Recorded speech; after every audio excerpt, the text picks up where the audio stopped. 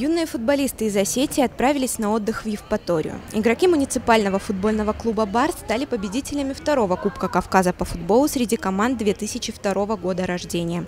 Администрация города наградила чемпионов путевками в детский лагерь на Крымском побережье. Инициатива принадлежит Сергею Дзантьеву.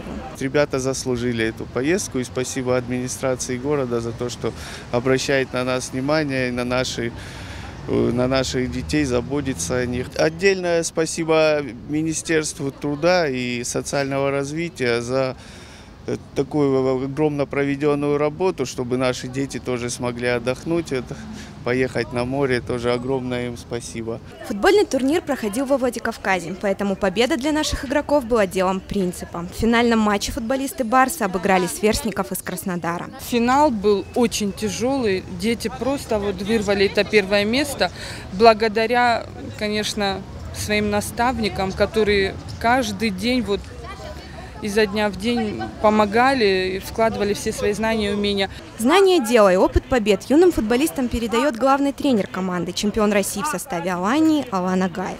Было тяжело, но мы всегда настраивались на победу. За все это спасибо нашему тренеру Алану Хазбевичу. После отдыха в Евпатории маленькие футболисты вернутся к тренировкам и продолжат путь в большой спорт. Наталья Костернова, Евгений Маркин, Осетия ТВ.